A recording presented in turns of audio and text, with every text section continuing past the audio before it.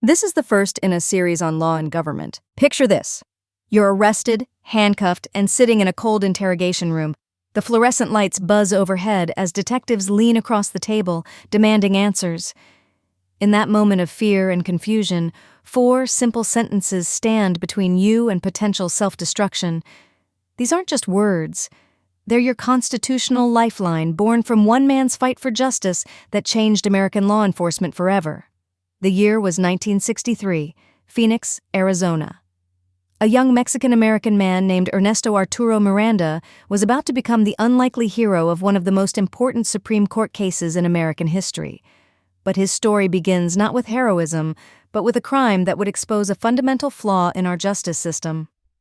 Ernesto Miranda was arrested based on circumstantial evidence linking him to the kidnapping and rape of an 18-year-old woman.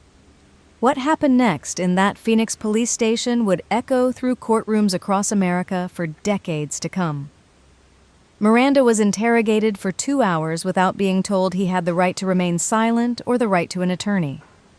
Under pressure, he confessed and signed a statement that included the words, "made voluntarily without threats or promises of immunity." But here's the crucial detail that would change everything. Miranda had only completed the 9th grade and had a history of mental illness. He had no idea that he could refuse to answer questions or demand a lawyer. The police never told him these rights existed. This wasn't an isolated incident. Across America in the 1960s, police interrogations were often intense, intimidating affairs conducted behind closed doors. Suspects, especially those from disadvantaged backgrounds, frequently had no idea they could protect themselves from self-incrimination. The Fifth Amendment to the Constitution guaranteed the right against self-incrimination. But what good is a right if you don't know you have it?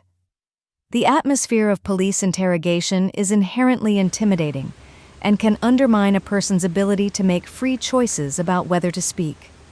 Without proper warnings, individuals often unknowingly waive crucial constitutional protections. Miranda's case wound its way through the courts. His conviction was upheld by the Arizona Supreme Court, which ruled that his constitutional rights hadn't been violated because he never specifically requested a lawyer. But Miranda's lawyers weren't giving up. They appealed to the highest court in the land. On June 13, 1966, the U.S. Supreme Court handed down a landmark 5-4 decision in Miranda v. Arizona. Chief Justice Earl Warren, writing for the majority, declared that the intimidating atmosphere of custodial interrogation requires specific procedural safeguards to protect Fifth Amendment rights. The court established 4 essential warnings that police must give to anyone in custody before interrogation. First, you have the right to remain silent. This isn't just a suggestion. It's a constitutional guarantee that you cannot be forced to incriminate yourself. Second, anything you say can and will be used against you in court. This stark warning ensures you understand the potential consequences of speaking. Third, you have the right to an attorney.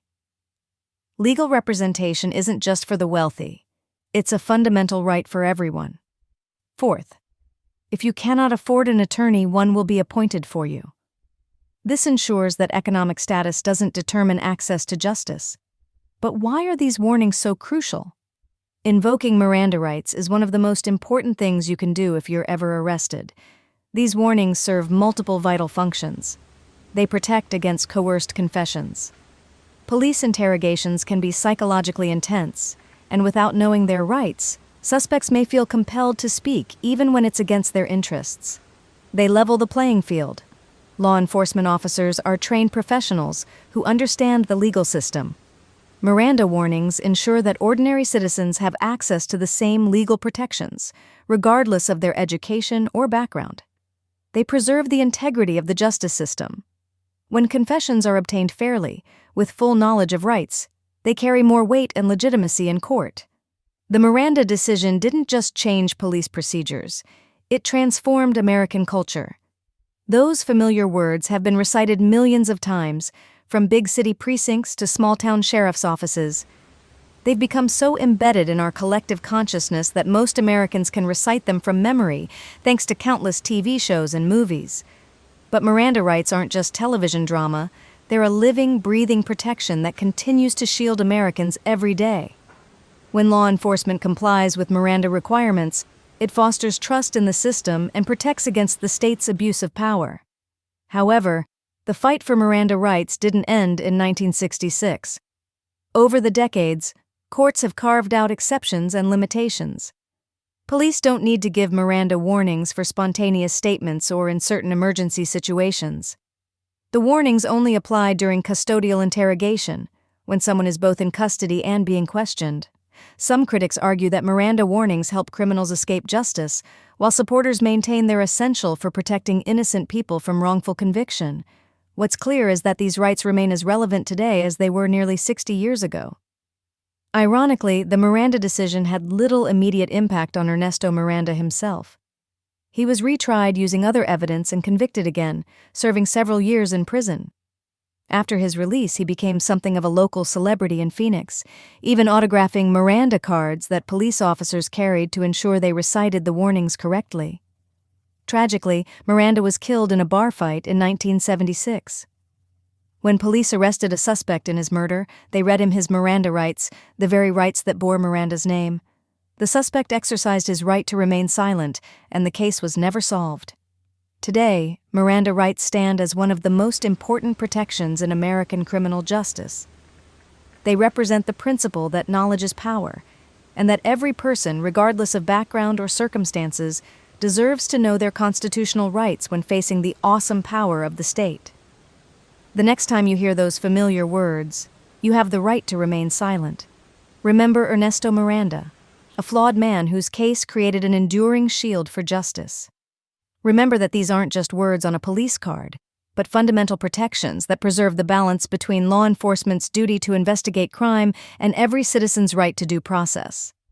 In a democracy, we are all innocent until proven guilty.